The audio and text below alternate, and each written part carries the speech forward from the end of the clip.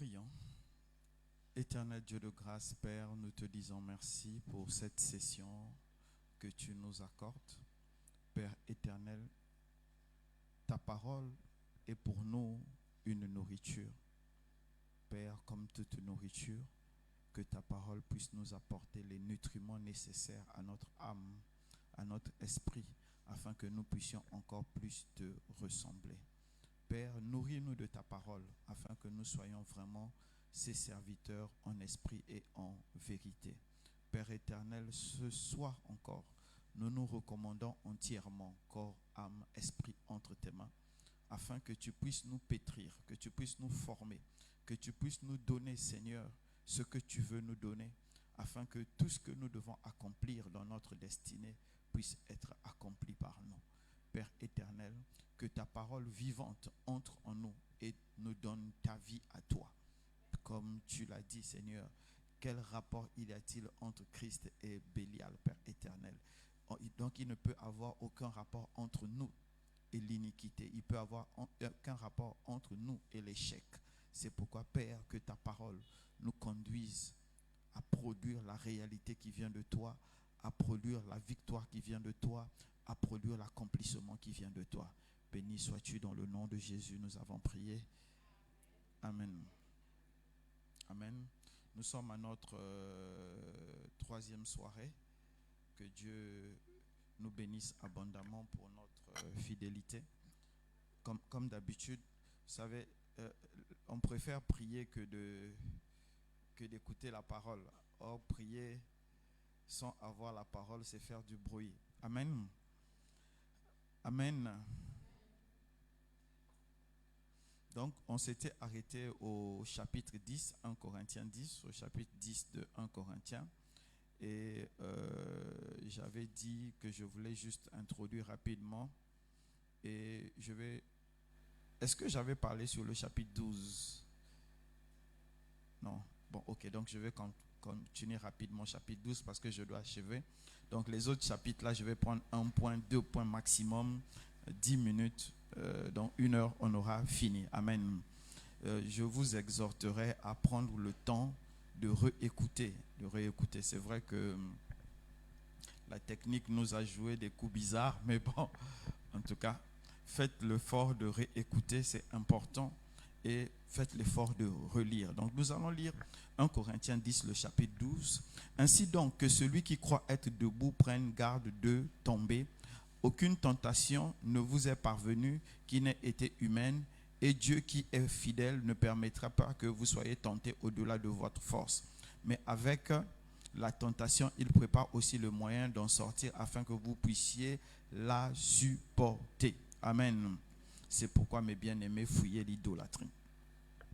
Ici, Paul est en train de rappeler que c'est ce que j'ai dit hier en conclusion. La volonté de Dieu est personnelle pour chacun de nous.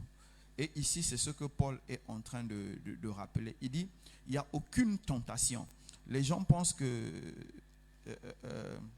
c'est comme il y a eu une vidéo de l'humoriste ivoirien qui était en train de, bon, je ne sais pas, il mangeait avec sa femme. Et il y a une fille qui est venue, qui lui a donné un papier où il y avait son numéro. Et il dit ceci, je parle de ça parce que ça m'a beaucoup fait rire. Il dit à sa copine qui était en face de lui, il dit, mais tu vois, hein, c'est des tentations. Comme je n'ai pas prié le matin, le diable a vu ça et il est venu me tenter. Amen. Voilà. Donc, il y a, en fait, bon, moi je ne sais pas si c'est ça vraiment la définition de tentation, mais ici, quand Paul est en train de parler de tentation, Paul est en train de parler de tous les challenges que nous allons rencontrer dans la vie. Donc, à chaque niveau de la vie, à chaque moment de la vie, tous les challenges que nous allons rencontrer, Dieu nous a donné déjà la force. Il nous a donné les moyens. Et il nous a donné même les personnes qui doivent nous soutenir pour nous permettre de pouvoir nous en sortir. Amen. Donc, c'est ce que Paul est en train de dire. Donc, ne pensez pas, souvent, cette pensée-là, a l'habitude de nous envahir, ou nous disant « Ah Seigneur, vraiment, je suis fatigué, je n'arrive plus, ça me dépasse. » Non, Dieu n'est pas injuste. Et c'est ce que Paul est en train de montrer ici. Il dit « Dieu n'est pas injuste pour te donner une charge que tu ne peux pas porter. » Donc toute charge, donc tout ce qui va t'arriver, c'est qu'en toi, il y a la force pour pouvoir surpasser ça. Peut-être tu n'as pas encore découvert la force. Tu n'as peut-être pas encore découvert la stratégie. Mais une chose est sûre, le challenge que Dieu a mis devant toi, la solution, tu l'as. Même si elle ne s'est pas encore révélée. Amen. Nous allons continuer. Bon, je ne voulais pas trop soulever ça parce que ça là, il faut normalement prendre vraiment le temps de bien parler dedans. Le verset 16, la coupe de bénédiction que nous buvons, non, je commence à 15, je parle comme à des hommes intelligents, jugez vous-même de ce que je dis.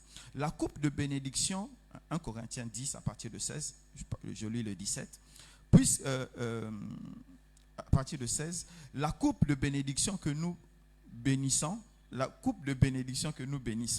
est-elle pas la communion au sang de Jésus? Le pain que nous rompons n'est-elle pas la communion du corps de Christ? Puisqu'un seul pain qui nous a unis à plusieurs, nous formons un seul corps, car nous participons tous à un même pain. Voyez les Israélites selon la chair, ceux qui mangent les victimes, et ne sont-ils pas en communion avec l'autel? Amen. Et je vais continuer rapidement. Je vais lire le verset 20. Je dis, ce qu'on sacrifie, on le sacrifie à des démons et non à Dieu. Or, je ne veux pas que vous soyez en communion avec des démons. C'est deux choses Paul est en train de dire. Donc je vais revenir dessus. 21. Vous ne pouvez boire la coupe du Seigneur et la coupe des démons. Vous ne pouvez participer à la table du Seigneur et à la table des démons. Nous voulons provoquer la jalousie de Dieu. Sommes-nous plus forts que lui? Et tout est permis, mais tout ne m'est pas utile. Tout est permis, mais tout n'édifie pas. Amen. Bon, ici, la première partie de 16 à 18, Paul a soulevé le sujet de la Sainte Seine. Donc, je ne veux pas trop entrer dedans là, parce que ça là, vraiment, il faut vraiment beaucoup de temps. Mais il a soulevé le problème de la Sainte Seine. Et jusqu'à aujourd'hui, je suis toujours dans la même question de la Sainte Seine. Depuis, je réfléchis, je sonde l'Esprit de Dieu. Je suis toujours dans la Sainte Seine. Il y a quelques mois, la sœur Olga était venue me poser la question. Toujours la Sainte Seine. Et je réfléchis toujours là-dessus. Parce que quand nous allons lire encore plus loin, quand Paul va encore en parler, il y a un problème. On a un problème. Est-ce que la Sainte Seine n'est pas le problème, mais c'est la façon que nous la faisons qui, pour moi, est un problème. Parce qu'on nous dit que c'est le pain, les gens ont mangé, ils ont bu. Et comme ils mangeaient en communauté, ils ont su que quand nous mangeons en communauté, nous mangeons en fait au nom de Jésus.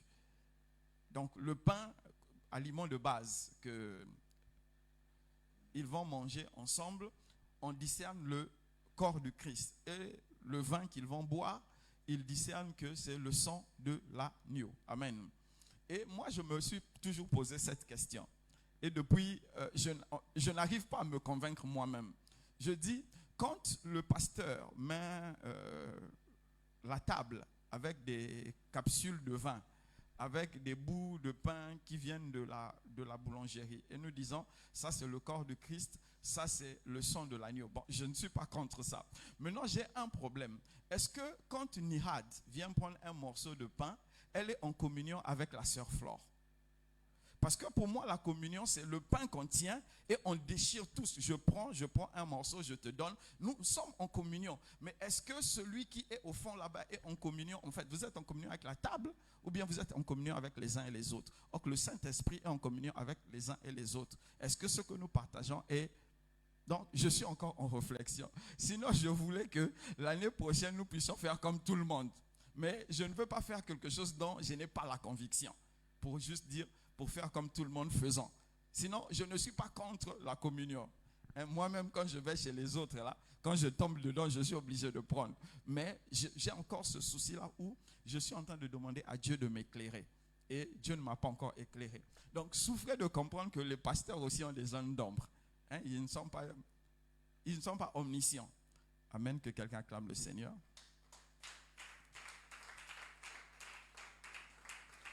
Amen. Et au verset 20, Paul est en train de dire, ce qu'on sacrifie, on a lu un peu plus haut, il avait dit que ce n'était pas un problème pour nous de manger la viande sacrifiée aux idoles. Et ici, Paul dit encore que ce qui est sacrifié à des démons et il établit une relation. Je ne veux pas que vous soyez en communion avec ce qui est sacrifié aux démons. Franchement, je vous assure, c'est comme je disais au prophète Samad tout à l'heure. J'avais l'impression que tout ça, j'avais ça déjà en moi. Mais en relisant, en retravaillant, il y a plein de questions qui sont revenues. Je vous assure, c'est compliqué l'affaire de Dieu là. Quand tu penses avoir la réponse, il t'emmène à un autre niveau. Tu te rends compte qu'il faut encore approfondir la réponse. Ici, Paul dit quelque chose. Il nous dit, on peut manger sans motif de conscience tout ce qui se vend au marché. Ça, il n'y a pas de problème parce que quand tu vas trouver quelqu'un qui te vend la viande, le kilo à 3500, bon, je ne sais pas si c'est ça le prix du kilo. Je ne vais pas au marché. Hein? 3000. Je suis bon, tu vois.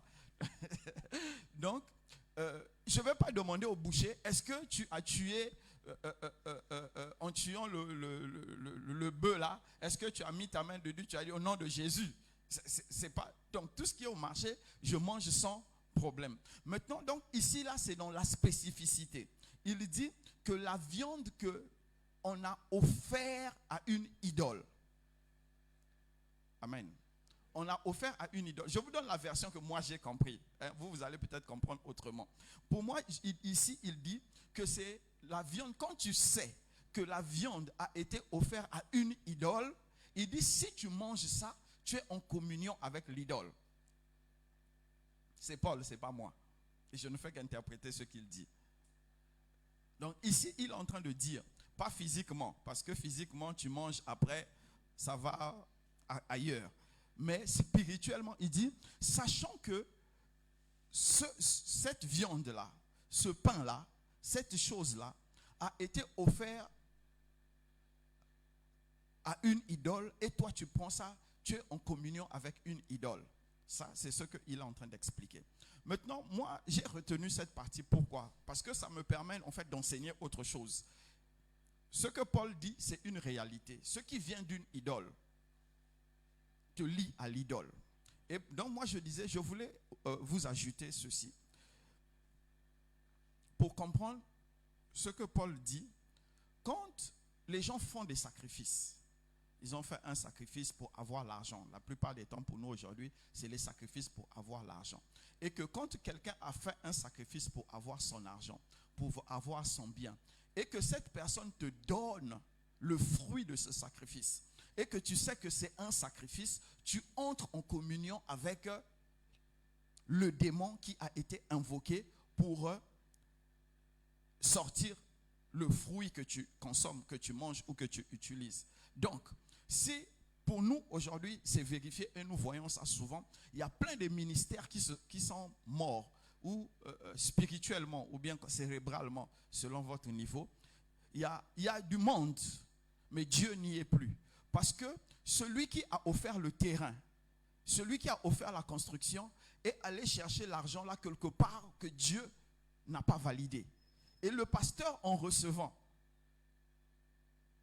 a bâti ou acheté le terrain, ou bien, bref, a fait quelque chose de ça, l'église, le bâtiment, en tout cas la terre, tout ce qui est l'église, par exemple, comme cette salle, devient une dédicace au démon à qui a produit le fruit.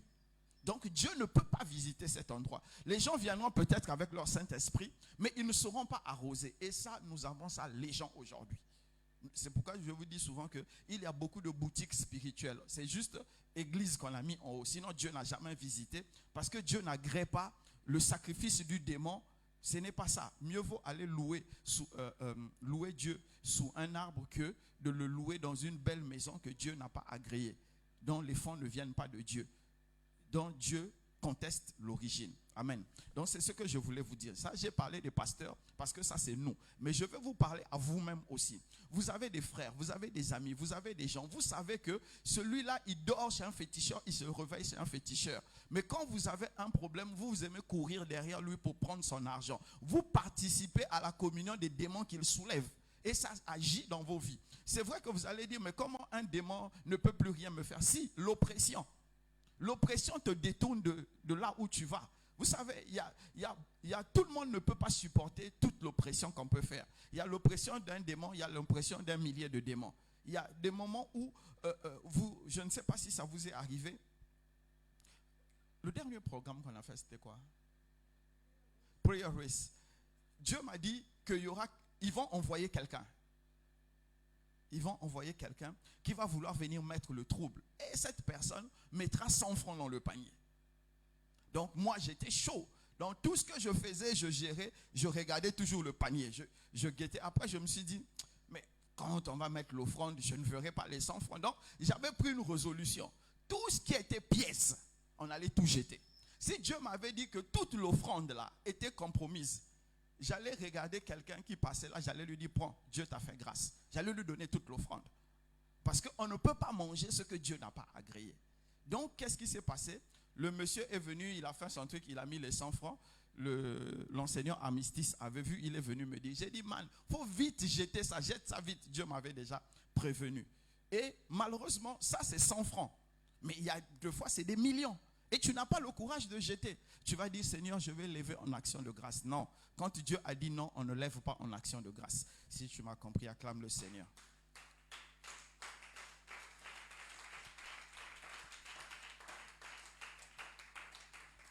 Amen. Donc pour finir le chapitre 10, donc ce que je disais tout à l'heure, car au verset 26, si un non-croyant vous invite et que vous voulez aller manger tout ce qu'on vous présentera sans vous enquérir de rien par motif de conscience. Mais si quelqu'un vous dit, ceci est offert en sacrifice, n'en mangez pas à cause de lui, de celui qui a donné l'avertissement, à cause de sa conscience. Amen. Donc si quelqu'un t'a déjà dit que ça a été offert, et que sa conscience est faible, ne pêche pas à cause de lui, il faut le sauver. Amen. Donc nous passons au chapitre 11. Comme j'ai dit, je vais aller vite pour que nous puissions passer juste 1 heure en milieu de semaine. Donc 1 Corinthiens 11, on va lire 6 passages. Le premier, c'est « Soyez mes imitateurs comme je le suis moi-même de Jésus. Je vous loue de ce que vous vous souvenez de moi à tous égards et que ce que vous retenez mes instructions telles que je vous les ai données. » Amen. Ici, Paul était parti. Il a fini de créer l'église de Corinthe. Après, il est parti. Donc, c'est après plusieurs années, l'église a continué à grandir, à grandir, à grandir. Et les gens de Corinthe avaient écrit des lettres et avaient envoyé des émissaires à Paul, où ils étaient en train de poser un certain nombre de problèmes à Paul qu'ils étaient en train de rencontrer. Donc, la lettre de Paul répond aux soucis que l'église de Corinthe avait. Et le fait qu'ils se sont adressés à Paul montre qu'ils reconnaissaient Paul comme étant le père de leur église. Donc c'est pourquoi Paul leur dit, soyez mes imitateurs comme moi-même je le suis du Christ. Amen. Et je vous avais dit, vous ne pouvez pas avoir une spiritualité débordante. Vous ne pouvez pas atteindre tous les objectifs que Dieu vous a demandé d'atteindre si vous n'avez pas un modèle. Il y a toujours un modèle. Si Dieu lui-même pouvait libérer Israël, mais il a choisi Moïse, un homme imparfait, mais c'est celui-là qu'il a choisi. Même Paul qui est en train de dire aux autres, soyez mes imitateurs, il avait un problème. Je crois que j'en ai souvent parlé ici. Certains disent qu'il avait une bosse, il y a d'autres qui disent qu'il souffrait de l'épilepsie. Enfin, on lui a collé toute forme de maladie. Bref, il avait une maladie. Il n'était pas parfait. Il dit, il a appelé ça l'écharpe de Satan que Dieu a mis en moi pour ne pas que je puisse m'enfler d'orgueil. Donc, Paul est en train de dire, soyez mes imitateurs. Et il dit encore, je vous loue, donc je vous apprécie de ce que vous reconnaissez que je suis le père de cette église de Corinthe. Mais pour que vous soyez les imitateurs de Christ, il faut que quelqu'un ait imité avant vous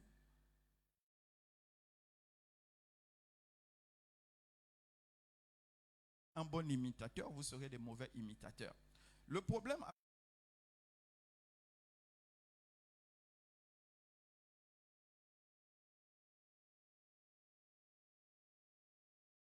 toujours fonctionné avec, il y a un chef, celui qui reçoit la révélation, il y a un patriarche.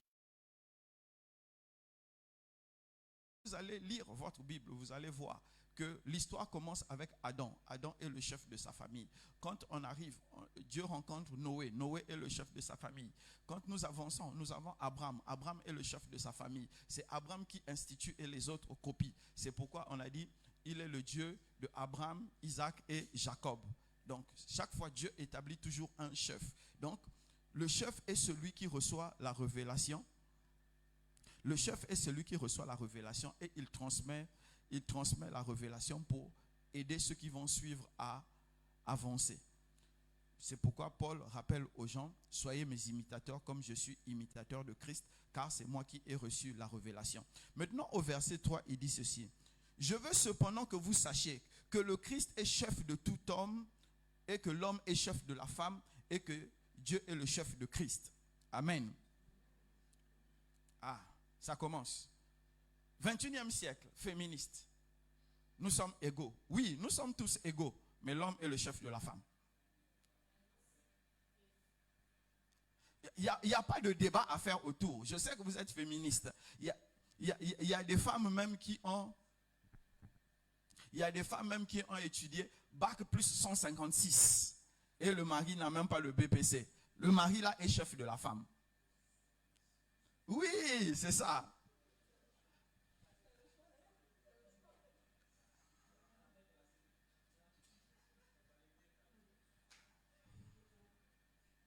Je veux Corinthiens 1, verset 11.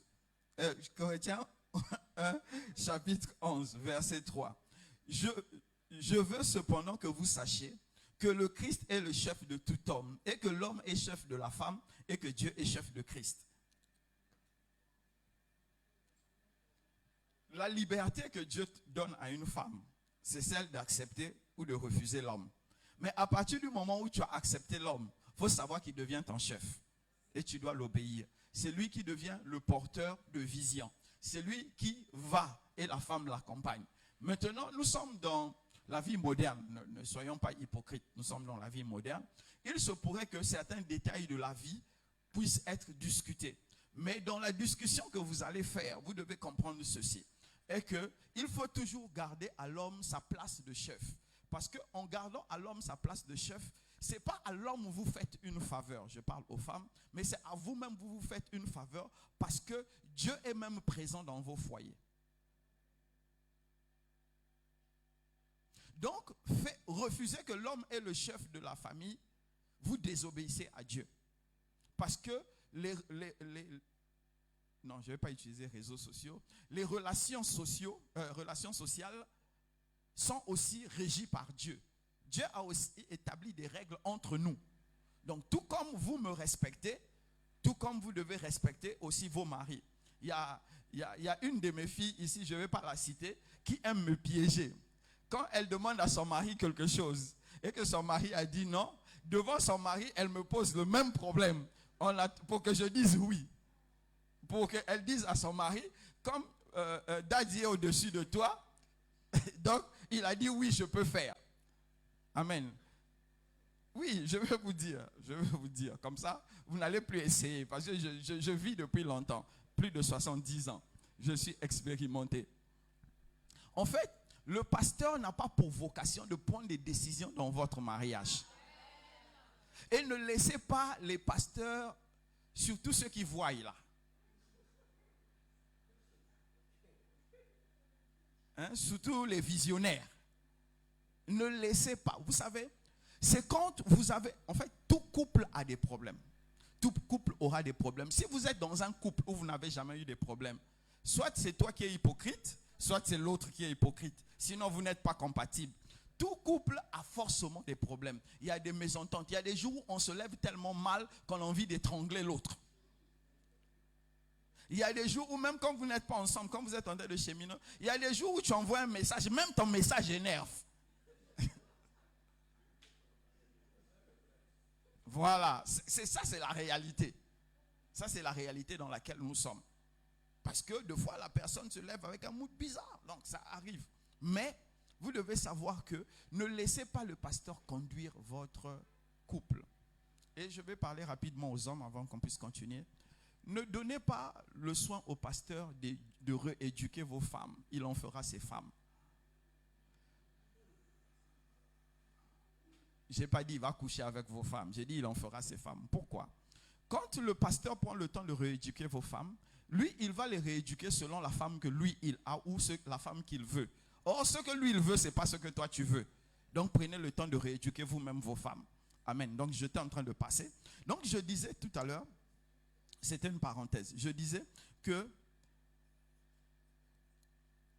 je veux cependant que vous sachiez que le Christ est chef de tout homme. Donc, moi, pasteur, moi, Marie, je dois reconnaître que le Christ est au-dessus de moi. Et ma femme doit reconnaître que je suis au-dessus d'elle. Et on va donner une position à la femme. La femme est au-dessus des enfants. Pour qu'elle soit quand même au-dessus de quelqu'un. Voilà. Et c'est comme je disais, ne vous laissez pas aller au courant mondain. C'est des courants mondains.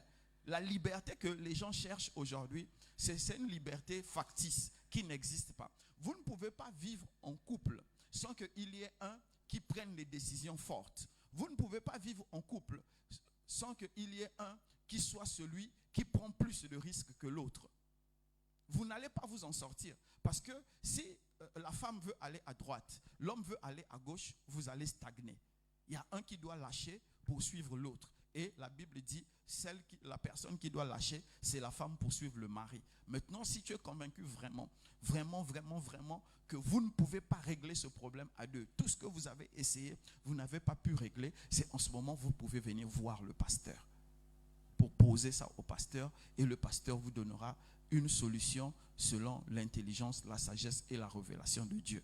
C'est pourquoi je vous conseille que tous les petits soucis de vos couples ne deviennent pas les soucis quotidiens du pasteur. Ça ne vous grandit pas, ça n'aide pas votre pasteur. C'est vrai que ça fait paraître à certains pasteurs incontournable, ce qui est absurde. Mais vous, en tant que des grandes personnes, quand des gens décident de vivre ensemble, c'est qu'ils sont assez grands pour pouvoir se supporter, pouvoir se polir, pouvoir se donner la forme. Amen. Donc je vais continuer. Le verset, je sais que vous aimez la partie là. Le verset 4. Tout homme qui prie ou qui prophétise la tête couverte déshonore son chef.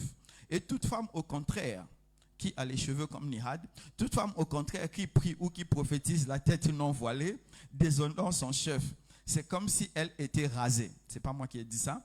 Et si une femme n'est pas voilée, qu'elle se coupe aussi les cheveux.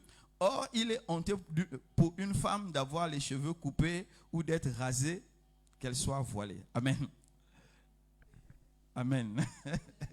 C'est chaud.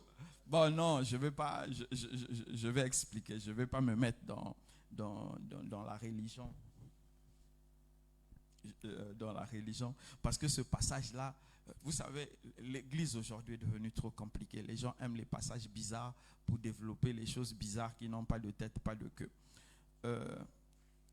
Dans notre culture, on a des femmes qui ont des cheveux crépus, naturellement. Maintenant, on va faire comment?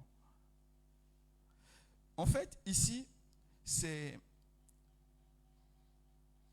ça va même dans la droite ligne de ce que Paul a dit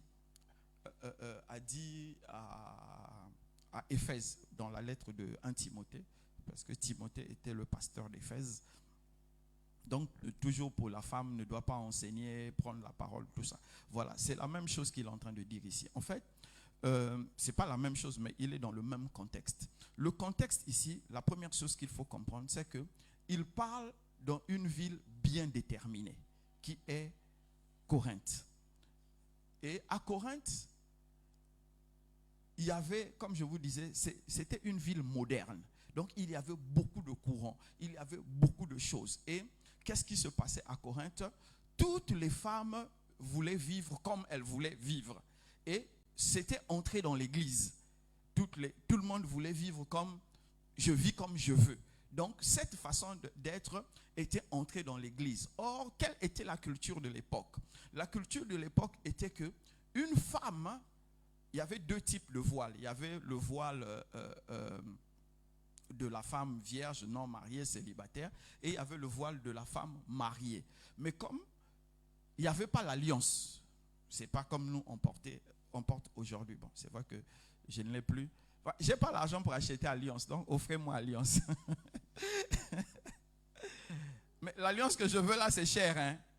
Ah, donc je vous ai déjà prévenu. Donc venez me voir, je vais vous donner l'adresse du bijoutier pour que vous puissiez m'offrir l'alliance. Bon, maintenant il faut dire là-bas, pasteur demande l'alliance, ça va aller. Donc je disais que, en fait, le développement de Corinthe, de la mentalité de Corinthe, faisait que on ne discernait plus la femme mariée à la femme non mariée, à la prostituée, à la non prostituée, parce que tout ça, ça se mélangeait. Or, selon leur culture, une femme mariée devait, dès que tu voyais une femme mariée, tu devais savoir que c'est une femme mariée. Donc c'est comme je vois Madame Gouenou faire un peu comme ça. Voilà, vous avez vu, non? Dès qu'elle fait la main comme ça, on dit, ah, celle-là est mariée. Donc c'était des signes de distinction de leur époque. De leur époque. Je sais que les gens crient, écoutez, les gens ont lu la Bible, ils ne comprennent pas les choses. Ça, c'est la distinction de leur époque. De leur époque. Parce que je vais vous défier. Je vous ai dit quoi au début?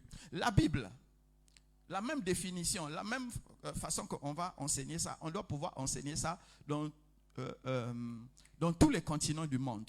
Ok, si je pars chez comment on les appelle? Les pygmées, je ne sais pas si vous connaissez, les pygmées. Donc je vais aller dire aux pygmées qui ne connaissent pas le tissu qu'il faut qu'une femme puisse se couvrir la tête.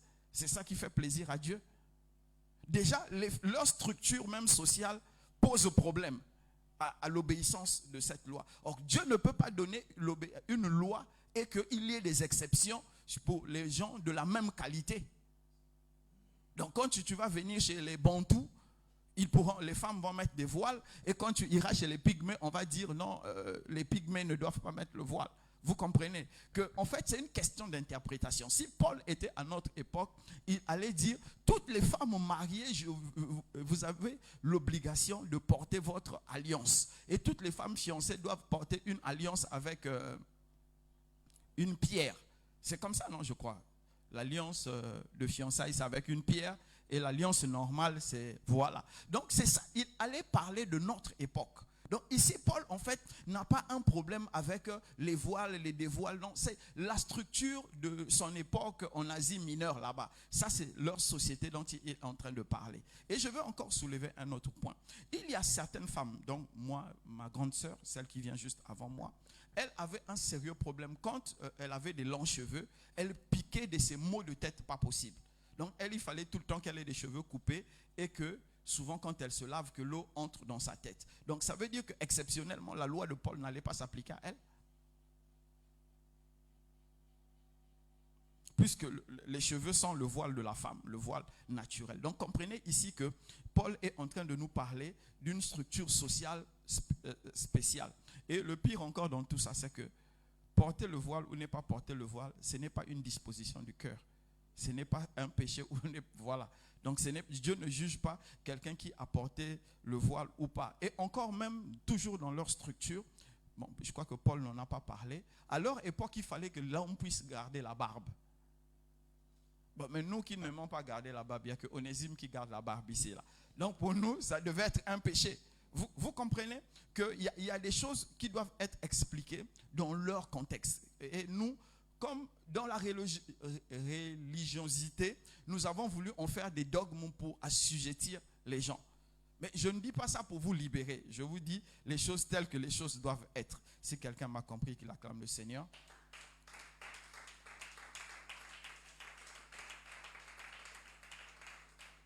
Bon, je ne vais pas prendre le verset 20 jusqu'à 22. C'est ce que j'ai parlé tout à l'heure déjà pour la Sainte Seine. Ici, Paul a dit, par exemple, que pendant que vous faites la Sainte Seine, c'est pourquoi je vous dis encore que de 20 à 22, je vous dis que ça augmente la confusion. Il dit, pendant que vous êtes tous rassemblés, il y a certains qui ont faim, il y a d'autres qui ont mangé, il y a d'autres qui ont soif, il y a d'autres qui sont ivres. Donc finalement, comment la Sainte Seine se passait là-bas? Chacun venait avec sa nourriture ou bien tout le monde partageait la nourriture de la table? Parce que ici, quand je lis ça, moi j'ai plutôt l'impression que chacun venait avec sa nourriture, avec son vin, et sûrement le pasteur bénissait tout. Or nous, si on fait ça, ils vont appeler ça agapé. C'est ça ils vont appeler agapé. Donc ici, lui, il appelle ça repas du Seigneur. Donc, j'attends toujours que le Seigneur puisse m'éclairer pour que nous aussi, nous puissions nous mettre au pas. Amen. Pour finir, il y a une partie que je voulais vraiment vous parler rapidement. Verset 1 Corinthiens 11, verset 33, 34. Ainsi, mes frères, lorsque vous vous réunissez pour le repas, attendez-vous, si quelqu'un a faim, qu'il mange chez lui, afin que vous ne vous réunissez pas pour attirer un jugement sur vous. À la fin, il dit, je réglerai les autres choses quand je viendrai chez vous. Voilà. Donc ici, Paul est en train de dire, si quelqu'un a faim, qu'il mange chez lui. Bon, finalement, qu'est-ce qu'ils viennent manger ensemble?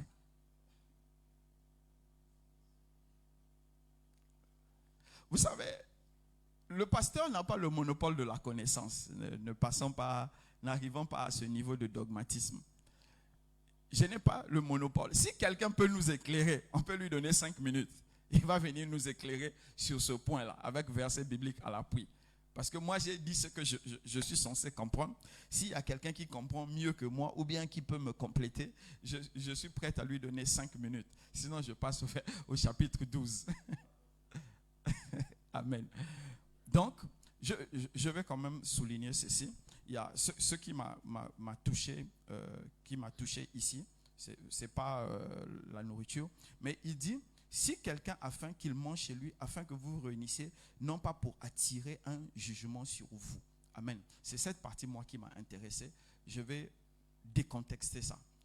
En même temps aussi, quand vous êtes en train de me voir enseigner comme ça, vous êtes en train d'être enseigné pour que vous aussi vous enseignez demain. Donc, à des moments, on décontexte un verset pour expliquer quelque chose. Donc, je voulais enseigner ceci. En fait, comme Paul est en train de dire, si quelqu'un a faim, qu'il mange chez lui et que le fait qu'il vienne démontrer sa nourriture. Ici, là, il prend la nourriture, la qualité de la nourriture comme étant un signe extérieur d'élévation, de richesse ou d'accomplissement.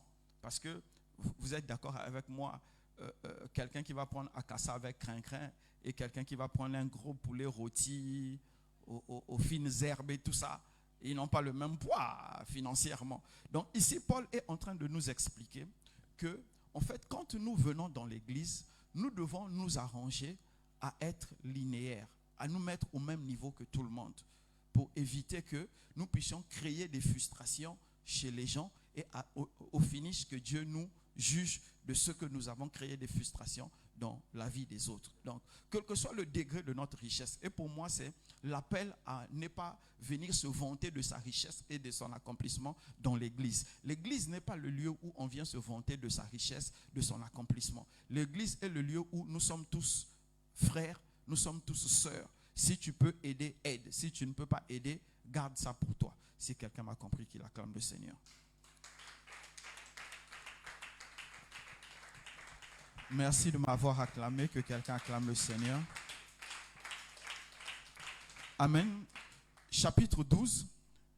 Pour ce qui concerne les dons spirituels, je ne veux pas, frères, que vous soyez dans l'ignorance. Vous savez que lorsque vous étiez païens, vous vous laissez entraîner vers les idoles muettes, selon que vous étiez conduits. C'est pourquoi je déclare que nul, s'il ne parle par le Saint-Esprit, ne dit Jésus est anathème, et que nul ne peut dire Jésus est Seigneur si ce n'est par le Saint-Esprit. Amen. Il y a diversité de dons, mais le même Esprit. Diversité de ministères, mais le même Seigneur. Diversité d'opérations, mais le même Dieu qui opère tout en tous. Or, à chacun, la manifestation de l'Esprit est donnée pour l'utilité commune. Amen. Ici, une des questions que Paul avait reçues, c'était comment gérer les dons dans l'Église. Et Paul commence d'abord par rappeler ceci. Aussi nombreux que nous sommes, nos dons sont différents. Donc, ce que nous devons comprendre, nous n'avons pas à envier les dons des uns et des autres. Quoique quelque part, il nous dit aspirer au don le meilleur, surtout le don de la prophétie. Je vais sûrement revenir là-dessus. Mais ici, il nous dit, nous devons comprendre qu'il y a un don que nous recevons. Il y a un ministère que nous recevons et il y a une façon d'opérer dans notre don que nous recevons de Dieu. Et celui qui a reçu ça n'est pas plus que l'autre qui n'a pas reçu ce que lui, il a reçu. Amen. Donc si aujourd'hui, tu peux prophétiser et que l'autre peut chanter, comme la prophétie va attirer plus les gens vers lui et on va délaisser la chanson, la personne qui chante va se dire, comme aujourd'hui c'est devenu courant, chante prophète. C'est devenu courant, non? Chante prophète. Pourquoi? Parce que c'est dit, si je m'arrête à chanter, on va mépriser mon don. Parce que c'est le courant qui est populaire actuellement, c'est le courant de prophète. Donc on ajoute chante prophète pour attirer les gens, pour dire, quand je chante en même temps, je suis en train de prophétiser. Bon, je ne sais pas si c'est possible, mais bon, que Dieu soit glorifié. Et comme je disais l'autre fois à l'enseignant Armistice, à bientôt sa chère épouse va commencer à dire, chante enseignante. Amen. Que le nom de Dieu soit se voir glorifié. Il avait répondu, pas chez moi. Amen. Donc, Paul est en train de nous rappeler ceci, que chaque don que nous recevons, en fait, nous devons dire merci à Dieu. Nous ne devons pas mépriser le don qu'il nous a donné. Peu importe le nom de ce don, peu importe la qualité de ce don, nous devons dire merci à Dieu. Pourquoi nous devons dire merci à Dieu? Parce que quand nous allons comprendre le verset 7, il a dit, or à chacun la manifestation de l'esprit est donnée pour l'utilité commune. Donc le don que tu as reçu, ce n'est pas pour ta gloire. Le don que tu as reçu, ce n'est pas pour ton élévation. Le don que tu as reçu, ce n'est pas pour qu'on t'acclame, mais c'est pour utiliser pour tout le monde. Donc celui qui reçoit un don doit le disposer. En fait, c'est comme l'arbre. L'arbre a reçu le don d'être arbre. Ses fruits, il ne peut pas les manger. Le fruit, c'est les autres qui viendront manger les fruits. Donc, le don que tu as reçu, ce n'est pas pour qu'on puisse te distinguer, mais le don que tu as reçu, c'est pour que tu deviennes serviteur des autres. C'est pourquoi Jésus dit quelque part que le plus grand d'entre vous doit devenir le serviteur des autres. Parce que tu sers quoi aux autres? Le don que tu as, le don de direction que tu as, le don de vision que tu as, le don d'enseignement que tu as, le don de compréhension que tu as. Donc, quand tu as un don, tu dois souffrir que les gens te demandent des explications, que les gens te demandent des compléments, que les gens puissent, oh, nous maintenant quand ça se passe comme ça, nous commençons à enfler d'orgueil. Et c'est ça qui attriste souvent le Saint-Esprit en nous. Et l'autre partie, c'est quand nous avons un don, quand quelqu'un manifeste le même don, ou bien quand le don là n'est pas populaire, nous sommes frustrés. On dit, Dieu ne m'a pas donné le bon don. Le don, ce n'est pas pour toi. Le don, c'est pour la communauté. Si quelqu'un m'a compris, qu'il acclame le Seigneur.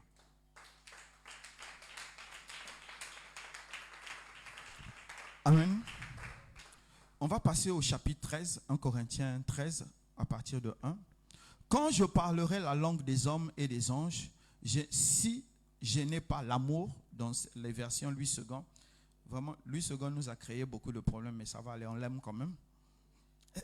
Si je n'ai pas l'amour, certains vous allez lire la charité, je suis comme un arène qui résonne ou une cymbale qui retentit. C'est les instruments de vent là. Et quand j'aurai le don de prophétie, la science de tous les mystères, toute la connaissance, quand j'aurai même la foi jusqu'à transporter les montagnes, si je n'ai pas l'amour, je ne suis rien. Amen. Et il a continué jusqu'au verset 13. Il n'a fait que parler des manifestations de l'amour. L'amour, amen. L'amour est au milieu de l'œuvre de Dieu. L'œuvre de Dieu a commencé par l'amour dans Jean 3,16. Car Dieu a tant aimé le monde.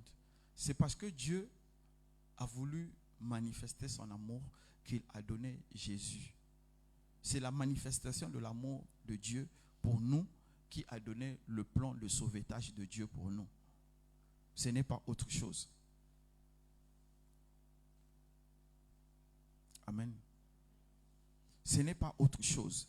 Et comme Dieu est amour, il nous oblige, nous aussi, à être amour. Et comme nous ne pouvons pas être amour sans manifestation de l'amour, Dieu nous oblige nous aussi à manifester l'amour. Vous savez, le plus grand problème que nous avons actuellement, c'est la manifestation de l'amour. Nous n'arrivons plus à manifester l'amour. Pourquoi? Parce que simplement, nous n'arrivons plus à manifester l'amour simplement parce que l'amour pour nous est devenu une faiblesse. Pour beaucoup d'abord, premièrement, nous avons limité l'amour au rapport homme-femme. Ça, c'est d'abord la première limitation que nous avons donnée à l'amour. Et la deuxième limitation que nous avons mis à l'amour, c'est l'ingratitude. La plupart des temps, on se dit, oh non, je manifeste l'amour, les gens sont ingrats. Donc, nous avons créé beaucoup de limitations à l'amour. Mais regardez mes frères, regardez mes sœurs. La Bible dit, Dieu a tellement aimé qu'il a donné. Le don que Dieu a fait, ce n'était pas un don facile. Il a donné son Fils pour manifester son amour. Maintenant, toi, quand tu donnes, quand tu as en retour l'ingratitude, pourquoi tu veux plus donner? Jésus a dit au Seigneur, me voilà, j'accepte de me rabaisser au-dessus des anges, quoique j'étais au-dessus d'eux, j'accepte de me rabaisser au-dessus des anges, devenir un humain, quelle humiliation. Et encore, mourir moins qu'un humain normal, donc maudit. Donc, voyez le prix de l'amour de Dieu. Mais votre amour ne peut pas, vous ne pouvez pas manifester votre amour sans que cet amour puisse avoir un prix. Quelle gloire y a-t-il si vous manifestez l'amour et qu'on vous remet l'amour? Est-ce que c'est d'abord l'amour sincère? L'amour qui est sincère, c'est quand on t'a manifesté l'ingratitude et que tu as continué à aimer, ça veut dire que tu as l'amour. Quand on t'a rejeté là où tu as aimé et tu as continué à aimer, ça veut dire que c'est là où il y a l'amour. Parce que l'amour dépasse. Et c'est pourquoi Paul dit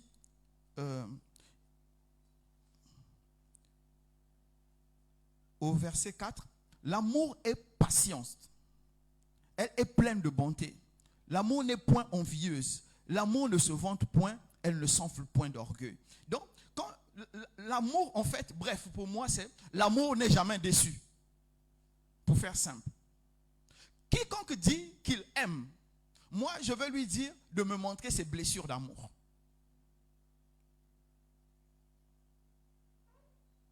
Ce sont tes blessures d'amour qui vont montrer, pardon, je ne parle pas de vos goumins. Ce n'est pas de ça que je parle. Vous allez commencer à me citer l'histoire depuis Genèse jusqu'à Apocalypse. Ce n'est pas de ça que je parle. Je parle de manifester de l'amour à des gens qui ne vont pas vous rendre ça. Ou vous savez que vous manifestez de l'amour, mais vous n'avez rien à gagner en retour. Et même malgré que vous n'avez rien à gagner en retour, Dieu les pousse pour vous faire encore ça bien. Une ingratitude totale. Pour montrer que vous avez l'amour, vous devez continuer à aimer. Comme vous avez maintenant l'habitude de dire, je pardonne, mais je n'oublie pas. Non, quand on pardonne, on oublie. Et on aime encore. Et on aime même davantage. Si tu m'as compris, acclame le Seigneur.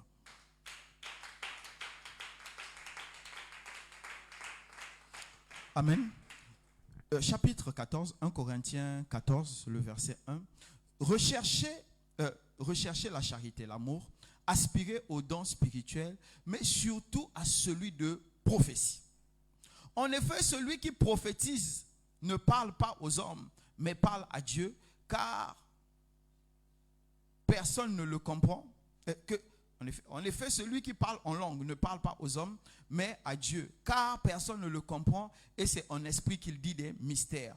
Celui qui prophétise, au contraire, parle aux hommes, les édifie, les exhorte. Amen.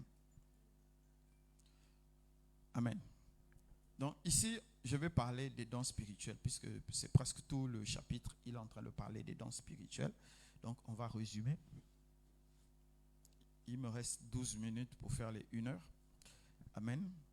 Pourquoi Paul nous demande d'aspirer Non, d'abord on va commencer. Parler en langue, c'est important. Comme il dit, celui qui parle en langue s'édifie lui-même. Les Corinthes, l'église de Corinthe avait un problème. Donc les Corinthiens avaient un problème. Ce qui se passait à Corinthe, c'est ce qui se passe en fait au Sébec. Tout le monde se met à parler en langue. Et je suis sûr que même il faisait ce que j'ai vu sur un réel là, 2 pasteurs qui se faisaient face, qui parlaient en langue. Ça c'est de l'humour.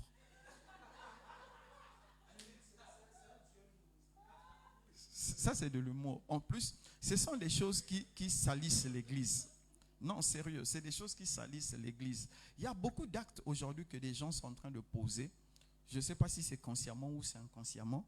Ils salissent l'église et ils décrédibilisent l'église. Beaucoup. Je sais que vous m'avez vu, certains parmi vous, j'ai retorqué mon frère Marcelo Tounassi qui a critiqué un des plus grands musiciens qu'on a connu, Papa Wemba. C'est triste. Ce sont des actes que je trouve assez tristes quand même. Parce que je me dis, nous sommes en société, nous devons savoir avoir des limites. Amen. Donc, je ne vais pas faire de commentaires dessus. Donc, je disais que le parler en langue, moi, je sais ça depuis. Mais quand on dit que quelqu'un parle en langue, en fait, là où nous sommes là, nous parlons en langue, non pas parce qu'on a envie que toi, tu puisses m'édifier moi. Non, non, non. C'est comme souvent, vous êtes à la maison, vous ne parlez pas en langue là. On profite ici là pour vous faire parler en langue au moins 30 minutes. Or, en temps normal, si chacun pouvait prendre 30 minutes, 1 heure en train de parler en langue chez lui-même, il serait tellement édifié que sa vision, la compréhension, bref, tout ce qui est spirituel, on lui aurait beaucoup avancé. Le cadre, donc, quand vous allez lire tout le chapitre 14, le cadre dans lequel Paul était en train de parler, c'est que le parler en langue là-bas créait du désordre. Ça créait du désordre. Et maintenant, c'est pourquoi il dit que quand vous parlez en langue, que 2 parlent en langue et qu'un puisse traduire, ou bien que celui qui parle en langue après se mette à traduire. Maintenant, c'est comme je dis, moi, à certains moments, moi, je traduis mon parler en langue. Est-ce que vous, à un moment, vous traduisez votre parler en langue? Est-ce qu'il y a des parlers en langue? Peut-être que j'ai enseigné à quelqu'un Ribakoko Doko. Donc, il faut me dire, ça veut dire quoi comme ça? Je vais te donner l'expression de chaque mot, tu sauras ce que tu dis.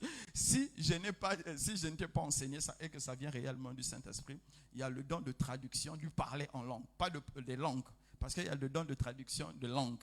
Quand quelqu'un va parler chinois, anglais, toi tu comprends ça comme si tu avais parlé la langue. Je parle de don de traduction, du parler en langue. Ça existe. Dans ce que tu dis en langue, tu es capable de comprendre ça. Dans une traduction instantanée, tu es capable de comprendre ça.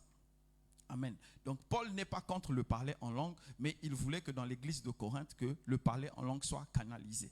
On s'est compris. Maintenant, il dit, la chose la plus importante, c'est celle-ci. Il dit, aspirez aux dons les meilleurs et surtout le don de prophétie.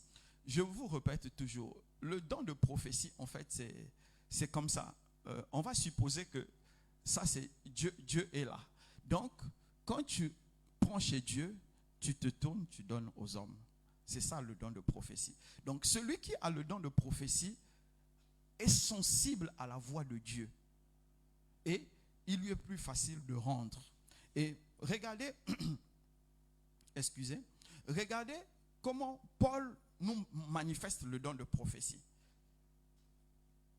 1 Corinthiens 14, 1. Il nous manifeste ça.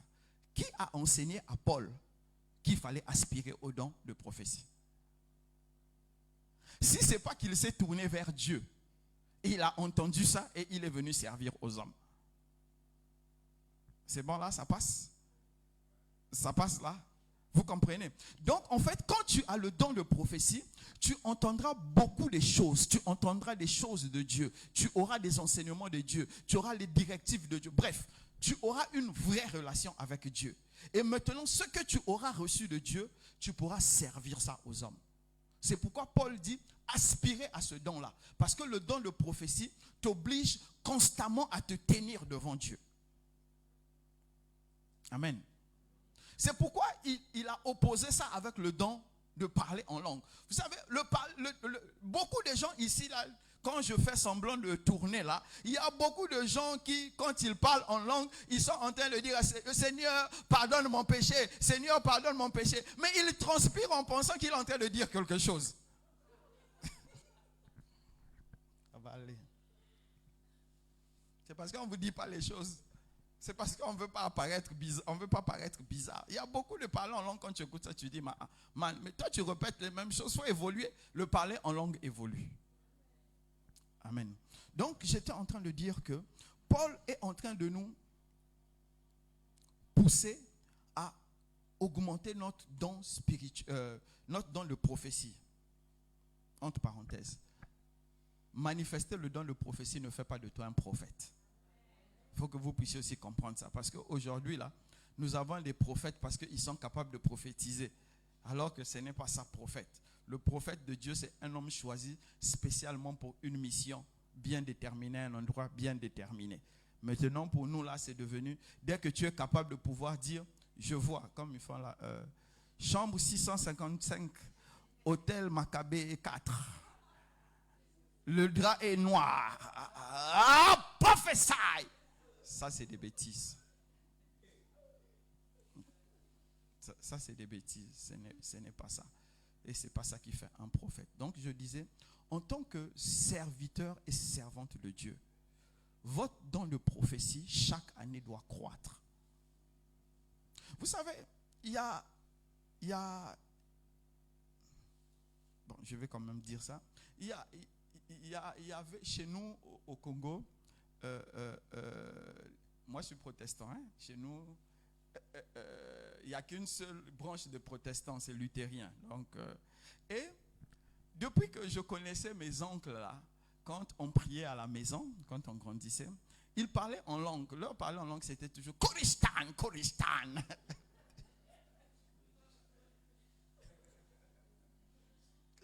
Et ce qui est bizarre, c'est que si tu vas dans un culte des églises évangéliques, quand quelqu'un va parler en langue, c'est la même chose qu'il dira. Et oui, c'est la même chose qu'il dira. Pour la plupart, en fait, avant, il y avait peut-être 2 ou 3 façons de parler en langue chez eux. C'est pourquoi je trouvais que le don là était suspect. C'était suspect. Or, en fait, le don n'est pas suspect. C'est l'homme qui n'a pas fait évoluer le don. Donc, pour eux, c'était comme si tu éternues ou bien... En fait, il fallait que ça soit comme impulsé par le Saint-Esprit. Non. Le parler en langue, tu n'as pas besoin d'être impulsé par le Saint-Esprit. Le parler en langue est volontaire. Et en plus, pourquoi c'est important? Parce que cette fois-ci, c'est ton âme qui est en train de prier. Il y a des choses, quand tu dis consciemment, il y a ta volonté bloque. Tu imagines quand tu as fini de forniquer 4 fois, tu as promis à Dieu, je ne veux plus forniquer, et tu dois prier. À un moment, tu dis, non Seigneur, parti là, lâche ça. Le reste là, je vais dire. Mais quand tu vas prier en langue, ça sort, comme ton âme a besoin de se répandre. Donc, vous devez prendre le temps de prier en langue. Prenez, c'est pourquoi Paul dit, moi je prie en langue plus que eux tous. Parce que c'est important. Non seulement ça te vide, mais ça t'édifie, ça te bâtit. Donc, prenez le temps vraiment de parler en langue. Ça vous sera très bénéfique. Et une personne qui parle en langue, son parler en langue se fait... En fait, quand le parler en langue a grandi, ça se fait ressentir. Et à un moment donné même, quand tu vas te mettre à prier en langue en public, les gens qui sont autour de toi vont sentir qu'il y a quelque chose qui vibre en toi, qui est en train de sortir. Parce que c'est les seuls moments ou 2 fois où on laisse réellement le Saint-Esprit nous remplir et remplir notre environnement. Donc, prenez le temps vraiment de parler en langue. Ne parlez pas comme mes frères protestants au Congo, mais prenez le temps. Au début, je vous donne mon exercice. Je prenais le chrono. Au début, je prenais le chrono. Nous, à l'époque, on n'avait pas de téléphone portable. Bon, on avait les chronos. Nous, on est passé par des temps compliqués. On avait les chronos là. Et voilà, tu prenais le chrono. Ou bien tu prends la montre. Tu dis, pendant 30 minutes, tu déposes la montre. Après un moment, tu viens, tu guettes. C'est pas fini. Oui, au début, ça fait bizarre. Ça fait bizarre. Des fois, quand tu as prié 1 minute, tu as l'impression que tu as déjà prié 5 minutes. Quand tu viens guetter, tu dis, ah, on est encore là. Ça te fatigue. Mais il faut aller. Mais vous allez arriver à un moment où tu peux prier 1 heure en langue, tu ne te rends pas compte. Et quand tu as réellement prié en langue, souvent, soit tu reçois une révélation, soit tu as des visions. Donc ne méprisez pas le parler en langue. Si quelqu'un avec moi qui l'acclame le Seigneur.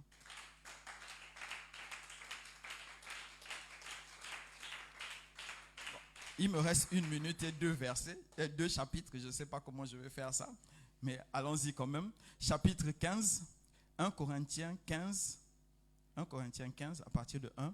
Je vous rappelle, frères, l'évangile que je vous ai annoncé, que vous avez reçu, dans lequel vous avez persévéré et par lequel vous avez été sauvés, si vous le retenez tel que je vous l'ai annoncé, autrement vous aurez cru en vain. Je vous ai enseigné avant tout, comme je l'ai aussi reçu, que Christ est mort pour nos péchés selon les Écritures, qu'il a été enseveli et qu'il a été ressuscité, il est ressuscité le 3e jour selon les Écritures et qu'il est apparu à Céphas, puis aux 12. Ensuite, il est apparu à plus de 500 frères à la fois, dont la plupart sont encore vivants et dont quelques-uns sont morts. Ensuite, il est apparu à Jacques, puis à tous les apôtres. Après, à tous, il m'est apparu à moi comme à un avortant. Amen. Car je suis le moindre de tous et je ne suis pas digne d'être appelé apôtre, parce que j'ai persécuté l'Église. Amen. Ici, Paul restructure la vision et la fondation de l'Église de Corinthe. Donc, il rappelle sur quoi l'Église de Corinthe est bâtie. L'Église de Corinthe est bâtie sur le témoignage que Jésus est mort à la croix, il est ressuscité le 3e jour et aujourd'hui il est assis à la droite de Dieu. C'est sur ça que l'Église de Corinthe est bâtie. Moi, je ne vais pas parler à l'Église de Cotonou, mais je vais parler à chaque frère, chaque sœur qu'il y a en face de moi. Toi, ta foi est bâtie sur quoi?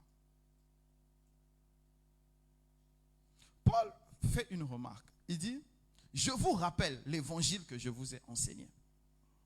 Vous savez, pourquoi je vous dis ça? Aujourd'hui, nous avons des églises spécialisées sur le mariage. Des églises où on enseigne du matin au soir le mariage. Et on aime ça. En fait, c'est du développement personnel lié au mariage. C'est un courant américain qui... Bon, en fait, comme les Américains contrôlent le monde, ils ont décidé que les pasteurs ne doivent plus être puissants. Les pasteurs aux États-Unis sont devenus des supplétifs de l'État au niveau social. Donc, au même titre que les conseillers conjugaux et autres, c'est ce que les pasteurs sont. Voilà. C'est ce qu'aux États-Unis, et c'est pareil aujourd'hui en Europe. Donc, les pasteurs là-bas ne doivent pas manifester la puissance. Je ne sais même pas s'ils imposent les mains aux gens. Ou bien, ils sont obligés souvent de nous attendre, nous, quand on quitte l'Afrique, pour leur faire des miracles. Sinon, eux, ils parlent de ces choses-là. Et c'est ce courant-là qui est en train de venir ici. Et ce courant-là est en train d'emporter beaucoup parmi nous. Pourquoi?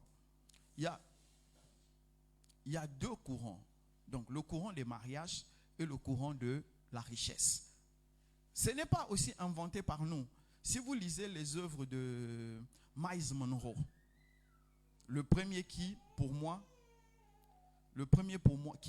a appliqué les enseignements de la richesse, donc de tous les pères de la richesse, hein, tous les grands auteurs de la richesse, qui les a appliqués à l'évangile. Pour moi, c'est Miles Monroe, parce que avant lui, je sais qu'il y a eu des soubresauts. Il y a T.L. Osborne qui a parlé un peu d'argent. Il y a quelques pères qui ont touché un peu, mais ce n'était pas un des points sur lesquels on avait placé l'évangile. Donc aujourd'hui, c'est ce qui se passe. Les deux, et ça marche beaucoup en Afrique. Pourquoi ça marche beaucoup en Afrique? Parce qu'on a inculqué aux femmes africaines, aux filles africaines, qu'il faut se marier. Et tellement c'est devenu un désir qui obsède que quand une femme en Afrique, une fille en Afrique, à un certain âge n'est pas mariée, c'est comme si elle a raté sa vie. C'est comme si elle ne vaut rien. Et c'est amplifié par cet enseignement-là, ces enseignements bizarroïdes-là, où vous connaissez, je ne vais pas citer les gens pour qu'on dise que je suis devenu sniper, mais il y a une dame qui, presque tous les réels pour elle là, c'est autour du mariage. Une femme doit savoir s'habiller parce que le jour où elle va rencontrer son mari, elle ne sait pas. Ça ne sauve pas. Ça ne sauve pas. Ça n'édifie pas. C'est vrai que ça fortifie, mais ça n'édifie pas. Toi aussi, ton jour où le bonheur va venir, tu feras un mariage princier. C'est bon, ça fortifie, mais ça ne sauve pas. Donc, c'est pourquoi Paul est revenu sur les fondations. Je vous rappelle, frères, l'évangile que je vous ai annoncé. Le deuxième, je parlais de l'argent. Les adorateurs de maman, ils sont devenus nombreux. Jusqu'à il y a un sur ma page là, qui a commencé à beaucoup commenter, parce que j'ai dit les riches aussi se suicident. Mais les riches se suicident. Ah. Les riches sont désespérés. Malgré tout leur argent, ils sont désespérés. Ce n'est pas une raison pour que vous décidez d'être pauvre. Si vous êtes pauvre, je vais vous chasser. Ce n'est pas une raison pour que vous deveniez pauvre. Je ne parle pas de ça. Aujourd'hui, il y a des églises qui parlent de l'argent du 1er au 30 et 12 sur 12 mois. 56 stratégies pour devenir riche. 650 stratégies pour changer son étoile en étoile qui brille. C'est vrai. Vous avez votre proverbe là, c'est quoi? L'eau lave, c'est ça, non? L'eau lave, l'argent rend propre. I'm agree with this. Bon, excusez. Je disais, je suis d'accord avec ça. Vous savez, nous les anglophones, c'est comme ça. Je suis d'accord. En fait, comme le gars m'a dit, on dit que l'argent répond à tout. Mais la Bible m'a dit que la femme qui avait la perte de 12 ans, là, son argent était fini. Hein. L'argent n'avait pas répondu à tout. Donc ça veut dire que l'argent a sa limite. Donc il fallait comprendre dans quel contexte l'Ecclésiaste avait dit ça. Donc les gens ne veulent pas comprendre les contextes. Donc je veux dire ceci, qu'aujourd'hui, il y a plusieurs églises qui ont décidé de se positionner sur le mariage et sur l'argent. Les séminaires les plus remplis sont les séminaires de l'argent et les séminaires de mariage. C'est comme je disais à... Je ne sais plus à qui je disais. Ou bien je crois que c'était à la CEO de la chorale. Je lui disais que les gens ont copié Prayer Race. Ils ont mis ça à toutes les tendances. Et moi, j'ai aimé. Nous, on a fait 5 heures. Il y a des gens qui ont fait 200 heures. Il y a des gens 600 heures. Moi, j'ai aimé. J'ai vraiment aimé. Au moins, ça poussera les gens. Les gens qui ne prient pas là pendant 2 jours, 3 jours, ils ont prié. C'est une bonne chose. J'ai beaucoup aimé. On a fait, c'est BJ, non? Bataille de la jeunesse. Ils ont inventé tout ce qu'il y a comme programme de la jeunesse. Et aujourd'hui, il y a certaines églises qui ont été obligées maintenant de créer des programmes de la jeunesse au sein pour valoriser leurs jeunes. J'ai aussi aimé. Mais il y a quelque chose, comme je disais, j'attends toujours. Ça doit être notre 3e édition, notre Bible ouverte. Ils n'ont pas copié. Pourquoi?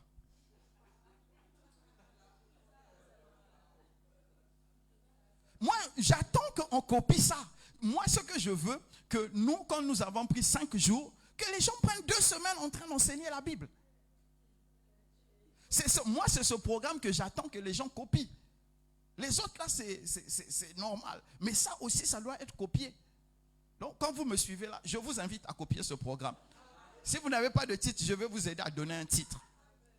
Copiez ce programme parce que plus on va enseigner la Bible, plus les gens seront bâtis sur la vérité. Parce que nous avons besoin d'être bâtis sur la vérité. Les gens peuvent prier 650 jours et qu'ils sont vides de la parole. Ils ne peuvent pas tenir dans les jours mauvais. Parce que le jour mauvais, ce n'est pas les démons que tu vas chasser, mais c'est ainsi dit la parole. C'est ta compréhension de la parole. Donc Paul a posé la question. Paul a dit, je vous rappelle frères, l'évangile que je vous ai annoncé, que Jésus est mort à la croix. Il a été enseveli. Le 3e jour, il a été ressuscité. Il est apparu à Céphas, il est apparu aux femmes, il est apparu à Jacques, il est apparu à 400 personnes, il est apparu à beaucoup de gens au point où tout le monde savait que Jésus avait ressuscité. Et quand il est allé au ciel, tous les disciples qui étaient là, un ange est apparu, il leur a dit, la façon que Jésus est monté, c'est la même façon qu'il va descendre. Jésus, quand il reviendra, il ne se cachera plus, parce qu'il ne vient plus pour un deuxième sacrifice. Le premier a été agréé par Dieu. Il reviendra avec une nuée d'anges pour établir son règne. C'est ça, c'est ce que la Bible nous dit. Donc ne vous leurrez pas. Jésus ne viendra pas comme le Jésus que j'ai vu en Côte d'Ivoire là. C'est pas ça là, ça c'est des bêtises. Jésus ne se fera pas taper 2 fois. Il ne se fera pas crucifier 2 fois. Sinon ça veut dire que la première fois ça n'avait pas marché. Donc cette fois-ci il reviendra en roi conquérant. Mais le problème que nous avons aujourd'hui, quelle est la fondation de notre foi? Aujourd'hui, il y a trop de foi qui sont basées sur l'espérance de la richesse, l'espérance de l'élévation, l'espérance de l'accomplissement, l'espérance de qu'est-ce que nous allons manger demain, comment mon nom va devenir grand. Écoutez l'église aujourd'hui. Je déclare dans le nom de Jésus que demain, à la même heure, tu auras 1 milliard. Amen. Demain, à la même heure, tu dois aller à l'hôpital pour exhorter ceux qui sont malades. Silence. C'est ça l'église d'aujourd'hui. Ou bien vous n'avez pas remarqué. Les églises sont remplies quand on prophétise. Mais attendez, il y a même certaines prophéties. Oh, que Dieu ait pitié de nous. Est-ce que tu as besoin qu'on te prophétise ton numéro de téléphone? Tu l'as perdu?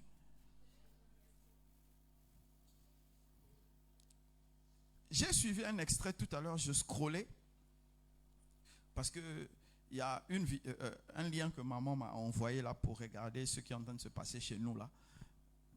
À propos de ce que j'ai soulevé tout à l'heure, parce qu'apparemment ça commence à être chaud. Donc je regardais et je suis tombé sur une vidéo où il y a un jeune prophète mignon comme ça là, qui était en train de dire à un autre jeune qui était debout, GF je crois quoi là. Le gars voulait donner la définition. Il a dit non, laisse, je vais te donner la définition. C'est Amen. Ça, c'est prophétie. Donc, on ramène Dieu à pouvoir définir BJ. Donc, je dis, Enoch, je te vois. Tu as la charge de BJ. Lève-toi, lève-toi. Toi, célébrer BJ, c'est trop grand pour toi. BJ veut dire, donc Dieu va définir BJ. Vous voyez le niveau où nous sommes tombés? C'est des âneries. Et c'est ça l'église aujourd'hui. C'est pourquoi, comme Paul a dit, et moi je vous repose la même question. Votre foi est basée sur quoi? La foi, ce que Paul dit, je vous rappelle frère, il a fini presque sa lettre. Il reste le dernier chapitre, je ne crois pas que je vais le soulever. Je vais m'arrêter là. Le dernier chapitre, voilà. Je vous rappelle frère, l'évangile, je vous rappelle, frères et sœurs, l'évangile que je vous ai annoncé, que vous avez reçu, dans lequel vous avez persévéré. Donc, l'église de Corinthe a reçu que Jésus est Seigneur et Sauveur. Et ils ont persévéré dedans. Ils ont reçu que Dieu a manifesté son amour en envoyant Jésus sur terre. Ils ont persévéré dedans. Et troisièmement, ils ont persévéré dans Jésus est allé à la croix. Il a pris nos péchés, il les a emmenés à la croix pour les ensevelir. Ils ont persévéré dedans. Au 3e jour, il a brisé le tombeau, il est sorti en vainqueur de la mort. Ils ont persévéré dedans. À la fin, il est allé au ciel nous préparer une place. Ils ont persévéré dedans. Est-ce que dans ça là, Paul a dit, ta valeur dépendra de l'argent, dépendra de ton mariage. Donc, ta foi est basée sur quoi? Quel est l'évangile que tu as entendu? Ici, Paul dit, je vous rappelle, frères, l'évangile que je vous ai annoncé. Et moi aussi, je vais vous dire la même chose. Je vous rappelle, frères et sœurs, si je suis capable de faire des programmes impopulaires, parce que ça, c'est des programmes impopulaires. Prayer Race, vous avez vu, c'était rempli, non? Caméraman, filme un peu la salle. Peut-être les gens... ok, en tout cas, un des caméramans filmait un peu la salle. C'est peut-être le tiers de ce qu'il y avait à Prayer Race. Ça veut dire juste que quand on parle de la Bible, c'est impopulaire. Les gens n'aiment pas. Les gens s'ennuient. Les gens baillent. Les gens se disent, il n'y aura pas de miracle. Mais le miracle qu'il y a en écoutant la parole de Dieu, c'est que ça transforme ton homme intérieur. La prière ne transforme pas ton homme intérieur. La prière, c'est une expulsion de ce que tu avais en surplus. Mais la parole de Dieu te transforme, te fonde, t'édifie. Les gens ne veulent plus être édifiés. Les gens ne veulent plus être transformés, mais les gens veulent le résultat miraculeux. Et c'est pourquoi Jésus a posé la question, quand je reviendrai, est-ce que je trouverai la foi? Mais la foi vient de ce qu'on entend. Qu'est-ce que vous entendez? Et ce que vous entendez, est-ce que vous persévérez dedans? Je vais m'arrêter par là. Vous savez, il y a aussi quelque chose que j'ai remarqué. La haine. Nous sommes en train de multiplier la haine. Au lieu de multiplier l'amour, nous multiplions la haine. Une personne qui est rancunière, qui a la haine en elle, ne peut pas persévérer dans la vérité de Dieu. Parce que la haine emmènera toujours aux mauvaises pensées. Et quand tu as des mauvaises pensées, Dieu ne peut pas t'agréer. C'est pourquoi Dieu a dit, peu importe ce qui nous arrive, nous devons manifester l'amour. Or, quand tu manifestes l'amour, amen, l'amour t'emmène à l'humilité. Et c'est le humble qui est agréable à Dieu. Donc, apprenons à manifester l'amour. Que Dieu vous bénisse. Donc, nous allons nous arrêter là. Demain, je vais commencer 2 Corinthiens. Vraiment, prenez le temps de relire à la lumière de ce que nous avons entendu. Tu vas commencer à prier. Je ne sais pas qu'est-ce qui a retenu ton attention, mais tu vas commencer à parler au Seigneur. Dis au Seigneur ce qui a retenu ton attention. Parle au Seigneur, dis au Seigneur ce qui a retenu ton attention. Qu'est-ce qui a retenu ton attention dans ce que tu as entendu? Demande au Seigneur si la parole que tu as entendue n'a pas questionné ton cœur. C'est que ton cœur est fermé actuellement. Toute la parole que tu as entendue doit questionner certains aspects de ton cœur. La parole que tu as entendue doit questionner ta vision, doit questionner ta façon d'être. Donc, commence à parler au Seigneur pour lui dire la parole qui t'a touché.